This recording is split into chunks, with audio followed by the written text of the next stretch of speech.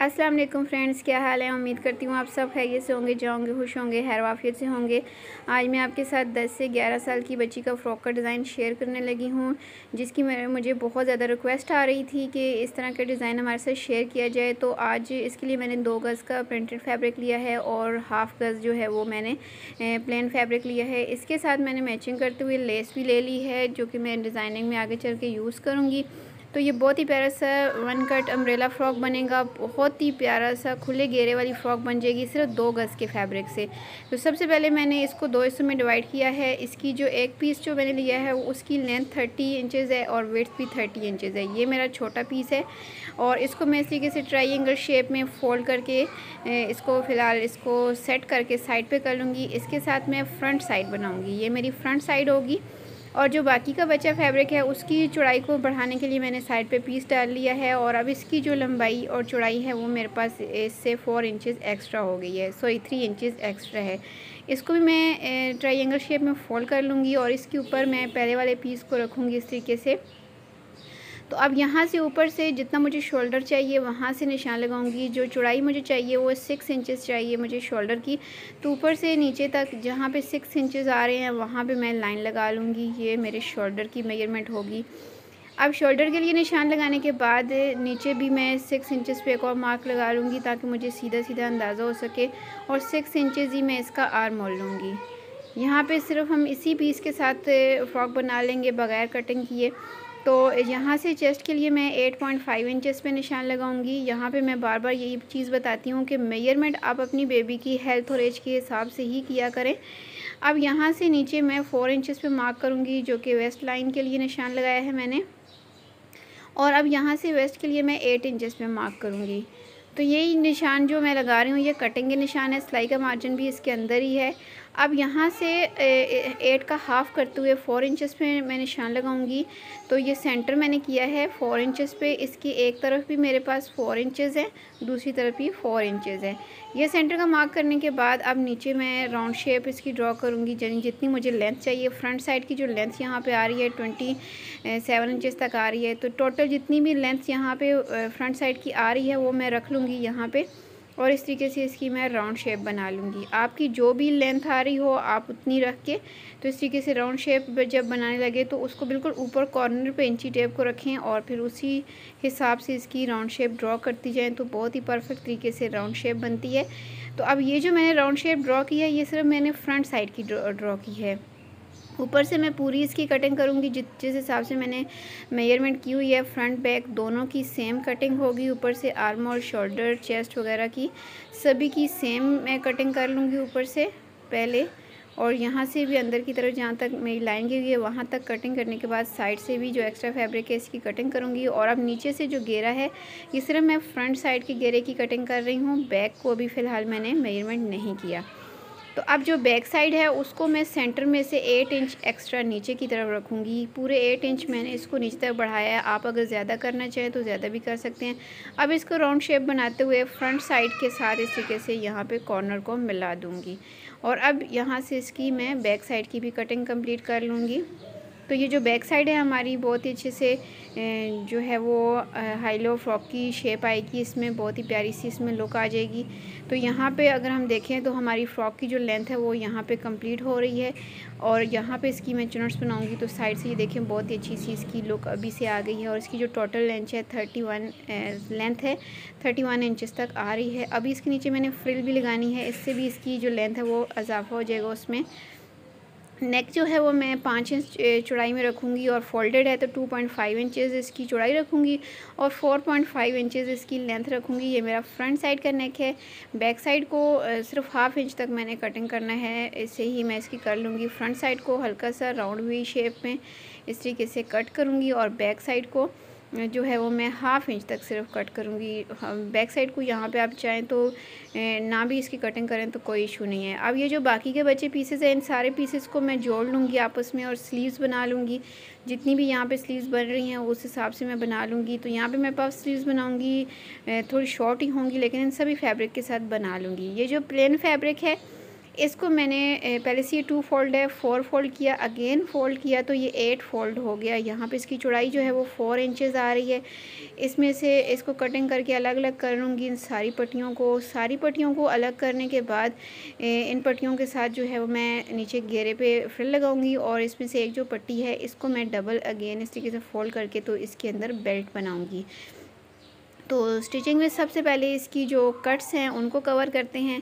तो कट्स की जो नीचे वाला हिस्सा है उसको मैं इस तरीके से प्लेट्स बनाऊंगी कि ऊपर वाले हिस्से के साथ इसको मैंने प्लेट्स बनाते हुए बराबर कर लेना है इसकी लंबाई को। यहाँ पे ये देखें इतनी मैंने प्लेट्स बनानी है कि आगे से जो सिलाई का मार्जिन है उसके अंदर मेरी प्लेट्स नहीं आनी चाहिए। जो मेरी सिलाई के अंदर फैब्रिक जाना है उससे पीछे पीछे ही मैंने तमाम प्लेट्स को कवर कर लेना है यहाँ पर इस तरीके से। और तमाम प्लेट्स का रुख बाहर की तरफ मैंने किया है। ये देखें इस तरीके से मैंने एक साइड की प्लेट्स बना रही हैं। अब इसकी सामने वाली साइड की प्लेट्स बनाऊंगी सेम इस तरीके से। यहाँ से भी प्लेट्स का रुख मैंने बाहर की तरफ किया हुआ है। तो दोनों साइडों की बना के दिखाने का मकसद ये है कि आपको अंदाज़ा हो सके कि प्लेट्स का रुख हमने किस तरफ रखना है। जहाँ पे मैंने एक साइड का रुख किया है सेम उस तरीके से दूसरी साइड का भी किया है बाहर की तरफ। और यहाँ से भी प्लेट्स जो हैं वो मैंने उतनी ही डालनी है जितनी मुझे ऊपर वाले हिस्से के लिए चौड़ाई चाहिए, ऊपर वाले हिस्से के बराबर करना है और सिलाई का मार्जिन रखते हुए यानी बाहर सिलाई के लिए थोड़ा सा छोड़ के दोनों साइडों की प्लेट्स बनाने के बाद अब ये जो पीस मैंने आपको दिखाया था इसमें से मैंने बेल्ट बनाना है। तो इसकी जो टोटल लेंथ है ये 4 पीसेस हैं। 22 इंचेस के हिसाब से ये मैंने 4 पट्टियाँ ली हैं। 2 इंचेस इनकी चौड़ाई है। इनको इस यहाँ से आगे से फोल्ड करूँगी और इस तरीके से ट्रायंगल शेप में यहाँ से इनको कॉर्नर निकालते हुए कट कर लूँगी। और अब इनकी सिलाई लगा के इनके साथ मैंने बेल्ट बनाने हैं। 4 मैंने इनके साथ बेल्ट बनाने हैं और एक और पीस मैंने लिए हैं 4 पीस। 6 इंचेस लंबाई है और 2 इंचेस इनकी चौड़ाई है। और इनको भी इस तरीके से फोल्ड करके सिलाई लगाऊंगी। सबसे पहले मैंने बेल्ट वाली पट्टी पे सिलाई लगाऊंगी। सिलाई जो है वो तकरीबन मशीन के एक पैर जितनी फासला रख के मैंने लगानी है। सभी बेल्ट के अंदर सेम सिलाइयाँ लगानी है, कहीं पे कम या ज़्यादा नहीं करनी। आगे से जो मैंने कॉर्नर कट किया हुआ है उसी हिसाब से इसकी मैं सिलाई लगाऊंगी। और यहीं से जो छोटी पट्टियाँ मैंने कट की हैं 6 इंचेस लंबाई के हिसाब से उनके ऊपर भी मैं इस तरीके से सिलाई लगा लूँगी। और इन सभी की सिलाइयाँ लगाने के बाद इनको मैंने किसी भी नोकदार चीज़ के साथ सीधा कर लेना है। आगे से भी इसको बंद करूँगी। ये जो छोटी पट्टियाँ हैं इनकी भी एक साइड को बंद करके सभी को मैं सीधा कर लूँगी। सीधा करने के बाद अभी जो मेरे कट्स हैं वहाँ पे मैं छोटे वाली पट्टी को ऊपर वाले कट के ऊपर रखूँगी, सिलाई का मार्जिन अंदर रखते हुए। नीचे से जो फ्रॉक है उसका 1/2 इंच तक इस पट्टी के नीचे मैंने दबाया है और सीधी सिलाई लेके आऊँगी। जहाँ तक मेरा कट है वहाँ तक ये सिलाई लेके आऊँगी। और ये जो पट्टी है ये कट से 1 इंच आगे की तरफ बढ़ी हुई है। और इस पट्टी के नीचे अब मैंने अपना जो बेल्ट है उसको फिक्स करना है। पट्टी की चौड़ाई और बेल्ट की चौड़ाई सेम है। अब यहाँ से नीचे वाला जो हिस्सा है यहाँ नीचे मैंने लेस भी अटैच करनी है। तो पट्टी के दूसरे कॉर्नर पे नीचे वाले कॉर्नर से लेस को स्टिच नीचे ही इसके दबाऊंगी और एक ही सिलाई के साथ मैंने लेस को भी लगा लेना है, पट्टी को भी लगा लेना है। तो लेस का जो कॉर्नर है वो मैं पहले वाली सिलाई के ऊपर रखूँगी ताकि जब मैं पट्टी के ऊपर फिक्स करूँ तो मेरी नीचे वाली सिलाई भी दब जाए, लेस भी अच्छे से दब जाए और एक ही सिलाई के साथ ये तीनों काम मेरे हो जाए। और इस तरीके से लगाने से ये बहुत ही ज़्यादा फिनिशिंग के साथ लगती है। एक ही सिलाई, बहुत ज़्यादा सिलाइयाँ जब हम लगाते हैं तो फिनिशिंग बिल्कुल भी नहीं रहती। ये देखें कुछ इस तरीके से हमारी कॉर्नर तैयार हुआ है बनके। तो सेम इस तरीके से मैंने इसके सामने वाला कॉर्नर भी तैयार कर लिया है। तो सेम इसी तरीके से बैक साइड को भी तैयार करूँगी। सबसे पहले जो नेक है इसकी यहाँ से तकरीबन 1.5 से 2 इंच तक कटिंग करूँगी और यहाँ पर एक पट्टी लगाऊँगी। तो मेरे एक व्यूवर्स ने मुझे कमेंट किया था कि अगर हम बड़ी बच्चियों के लिए बैक साइड पे कट लगाती हैं तो वो नीचे से जिस्म दिखता है, तो उसका क्या सोल्यूशन है। तो यहाँ पे ये वाली जो मैं पट्टी लगा रही हूँ ये उनके लिए है। अगर आप बैक साइड पे भी कट लगाएं बेबीज़ के लिए तो आप उसके नीचे पट्टी लगाएं, जैसे कि मैं यहाँ पर आपको लगा के दिखाऊँगी। ये देखें इस तरीके से ये मैंने पट्टी ली है, इसको डबल फोल्ड करके इसके नीचे इस तरीके से रखा है और एक साइड से इस पट्टी को मैं दबा दूँगी सिलाई के साथ और जो दूसरी साइड है उसको मैं ऐसे ही रहने दूँगी और नीचे टिच बटन वगैरह लगा के इसको कवर कर लूँगी। इस तरीके से जब आप अपनी बेबीज़ के कट्स के नीचे पट्टी लगाएंगी तो उनका जिस्म बिल्कुल भी नज़र नहीं आएगा। तो यही चीज़ आप बैक साइड के गले के नीचे कर सकती हैं अगर बड़ी बच्चियों का बनाएंगे। इस तरीके से यहाँ पर मैं टिच बटन नीचे इसके लगा लूँगी। अब मैं शोल्डर की सिलाइयाँ यहाँ पे लगा लूँगी, दोनों साइडों की फ्रंट बैक को ऊपर नीचे बराबर सेट करके। तो शोल्डर की सिलाइयाँ मैं यहाँ पे कंप्लीट कर लेती हूँ। तो फ्रेंड्स इस बारे में अगर आपने कुछ भी पूछना हो तो कमेंट सेक्शन में लाजमी पूछ लीजिएगा। यहाँ पे गले की कुछ इस तरीके से लुक आई है, इसको बाद में तैयार करूँगी। अब यहाँ पे 13 इंच मेरी स्लीव्स की लंबाई है और 8 इंच यहाँ पे चौड़ाई है। चौड़ाई काफ़ी ज़्यादा है इसलिए क्योंकि मैंने ऊपर इसके फ्रिल्स बनानी है। आगे लगाने के लिए मैंने 10.5 इंच लंबी एक पट्टी ली है, जो कि मैं इनके आगे लगाऊंगी, क्योंकि चौड़ाई इसकी आगे से मैंने काफ़ी ज़्यादा खुली रखी हुई है। तो एक्स्ट्रा चौड़ाई को यहाँ पे मैं प्लेट्स में कवर करूँगी। इस तरीके से सेंटर में प्लेट्स बनाऊँगी।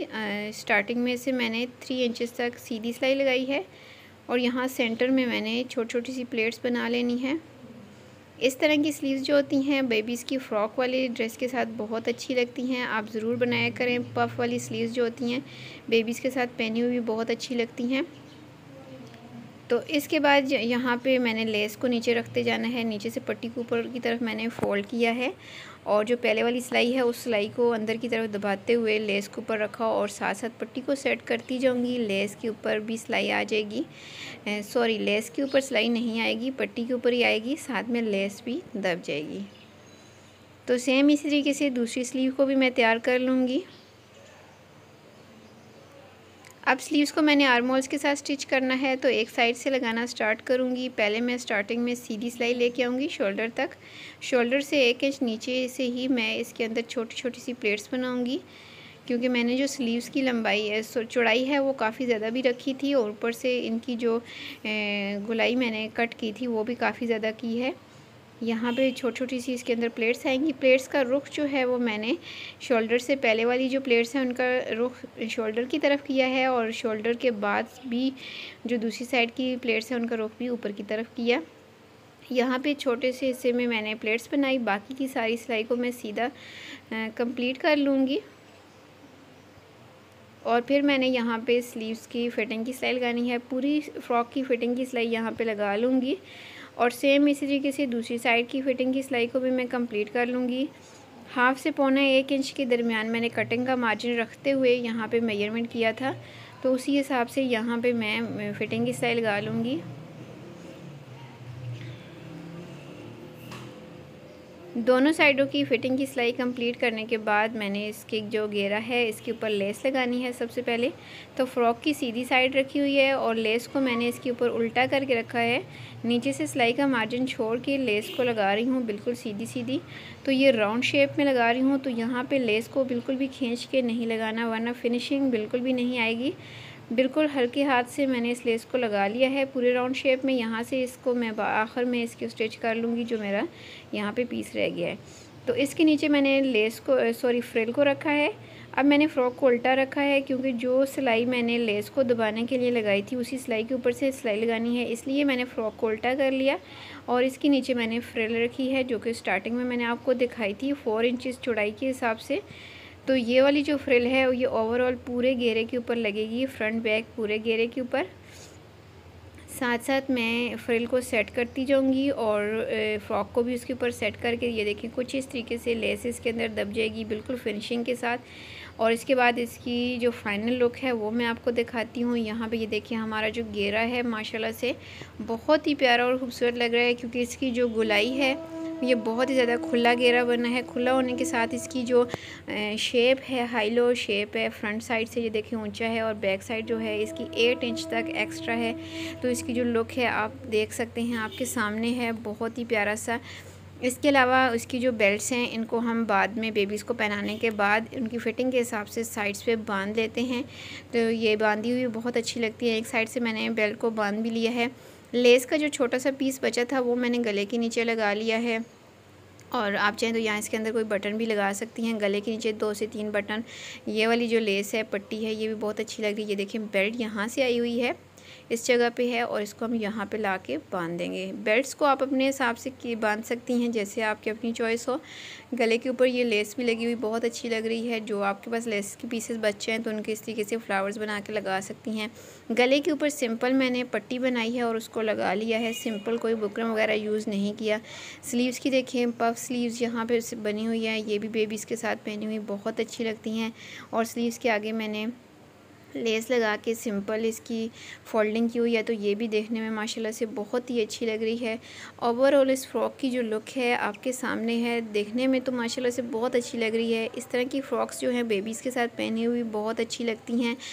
तो आपको आज का ये फ़्रॉक का डिज़ाइन कैसा लगा है आपने मुझे कमेंट करके लाजमी बताना है। तो फ्रेंड्स, अगर आपको आज की ये वीडियो, आज का ये फ़्रॉक का डिज़ाइन पसंद आया हो तो वीडियो को ज़रूर लाइक कीजिएगा। और जो लोग चैनल पर अभी तक नए हों तो अभी ज़रूर चैनल को सब्सक्राइब कर लें। साथ दिए गए बेल आइकन बटन को भी लाजमी प्रेस कर लें ताकि जब भी इस तरह से डिज़ाइनिंग से रिलेटेड नई वीडियो अपलोड हो तो उसका नोटिफिकेशन आपको सबसे पहले मिल सके।